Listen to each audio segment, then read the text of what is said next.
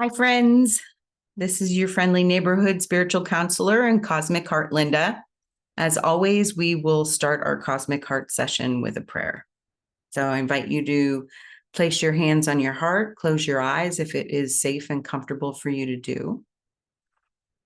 Taking in that deep cleansing breath of love and gratitude. So grateful to let go of anything that came before this moment. Grateful to set aside anything that is to come after this session, knowing that we will easily and effortlessly be able to pick it up again if it is ours to do. We're grateful to be the two or more who are gathered in the name and the nature of love. Grateful for our willingness to know the truth of our being, which is perfect love, wholeness, purity, innocence, wisdom, clarity. Grateful for our mighty companions, our earthly and heavenly helpers. We ask that they join us now, surrounding and supporting us, blessing all who are here, all who may listen later, and inspiring us as we sit for just a moment in silence to set our intention for our session today.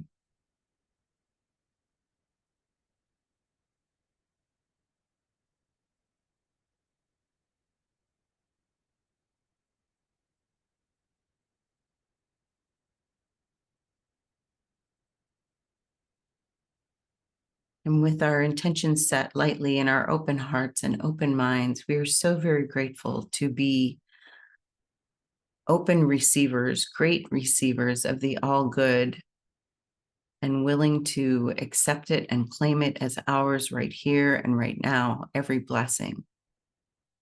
And we're grateful to be able to share the benefits of this session of all that we are with Mother Earth and all her beings, because we are one.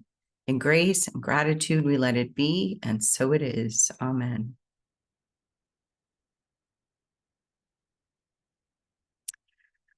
So I'm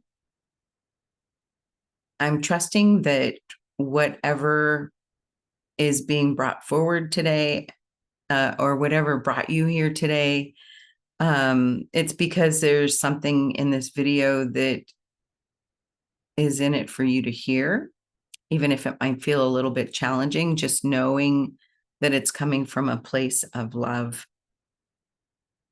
and only love. So I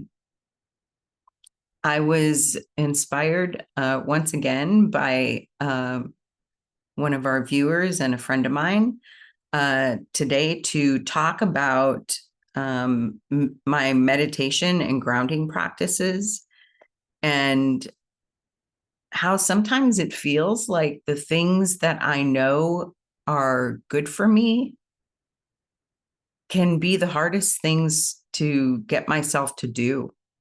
Just going to turn my volume up a little bit here. There we go.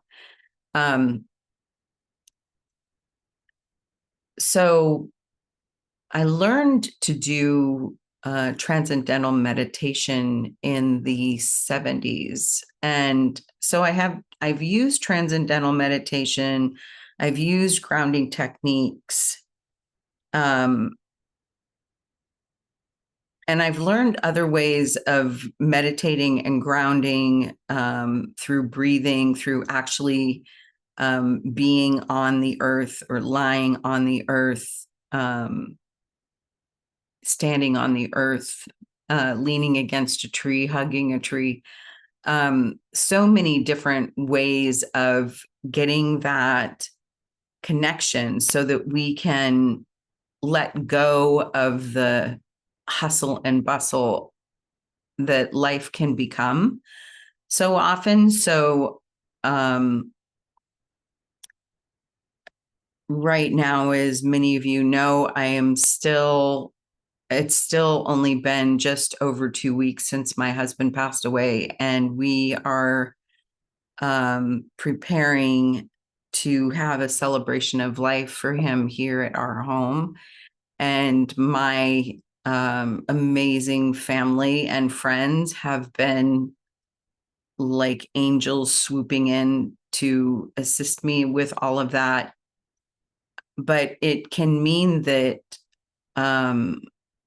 because there is so much to do and so much that people have no idea that you have to do and go through, and all the little steps that you have to take after a loved one passes.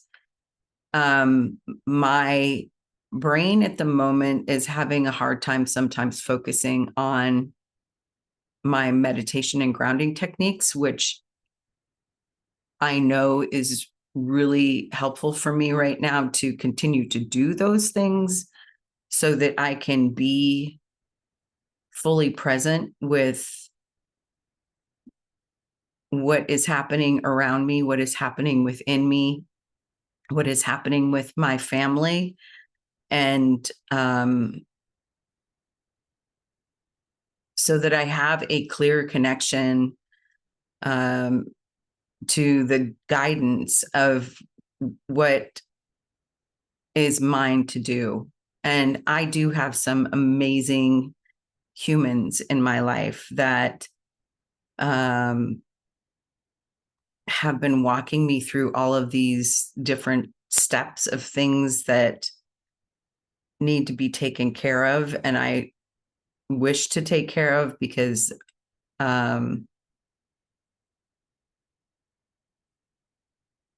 just because I know that it's the right thing for me to do. And I know that some of the things that those well-intentioned loved ones have told me or are telling me don't feel quite right for me. And that's okay too. But the important point that I'm trying to get to, squirrel, is that my meditation practice is vital for what I'm dealing with and going through right now. And it can feel very difficult to sit with my legs crossed and just focus on what is coming up in my mind, in my brain, in my body. So one of the things that I know can be helpful is to just sit in my backyard. I'm blessed to have a really beautiful backyard that my husband created, like this Zen, peaceful place for us. And my friends are like restoring, because it was pretty weedy.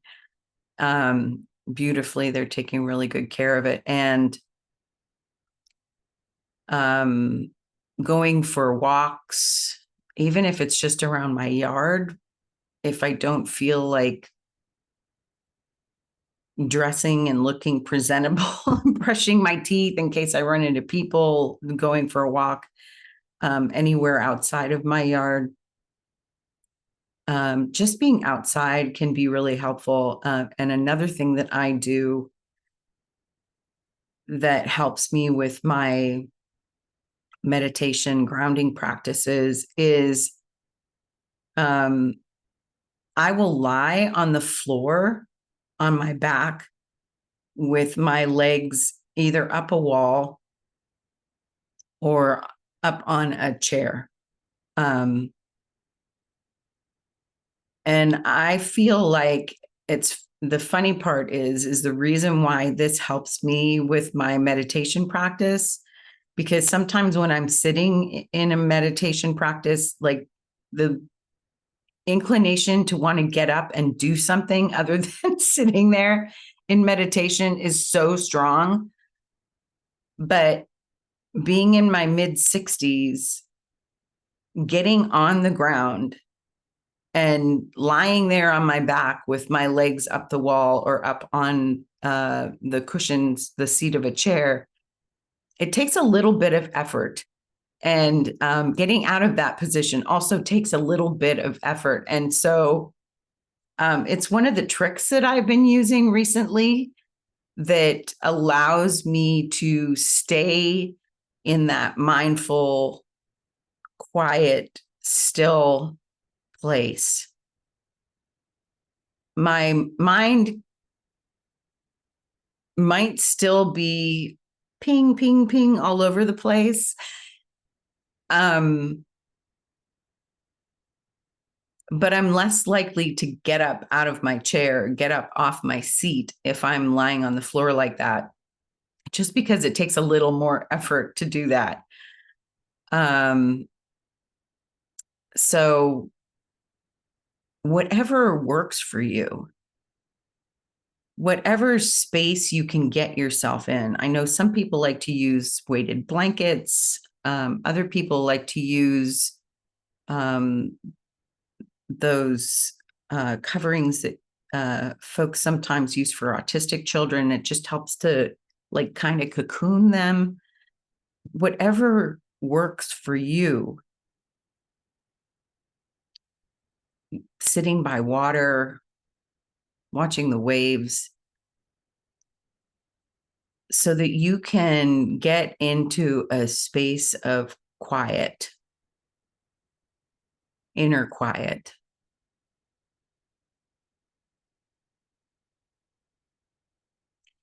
It's like a way of deep cleaning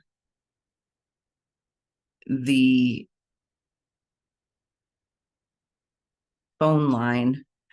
For those who know what landlines are, the phone line that goes directly to your intuition, your inspiration, your connection with the source of all of life. So let go of the judgments and the expectations of what your meditation practice is supposed to look like or needs to look like. Because it can look like so many different things. You know, maybe it's walking your dog. Maybe it's just staring out a window at a tree, swaying in the breeze. Whatever works for you to quiet your mind for a while, do it and call that your meditation and know that that is enough.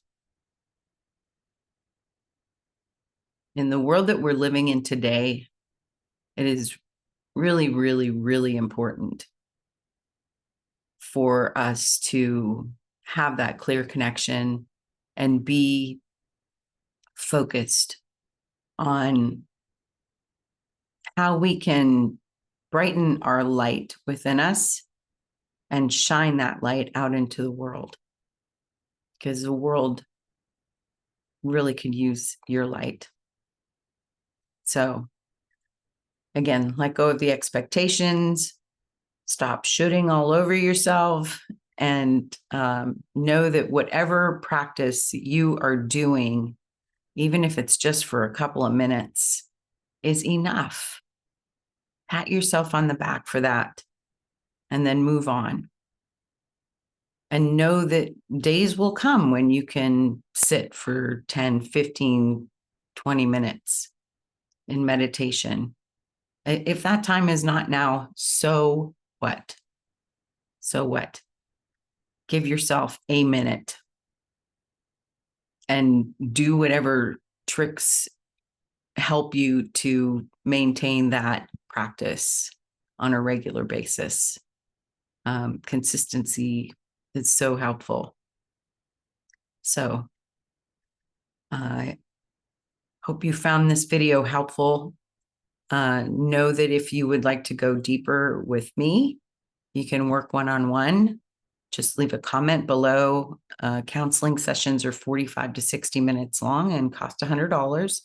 I can share more details when you reach out in the comments for your appointment. Please share this video with family and friends who you feel it may support. I would love to hear your feedback and suggestions for other topics, just like my friend has been giving me. So grateful for her, man. Also, be sure to like, subscribe, and hit that bell for the notifications so that you'll know when new videos are available. Thank you so much for your time and attention today. Much love, and stay true to your own cosmic heart. Bye for now.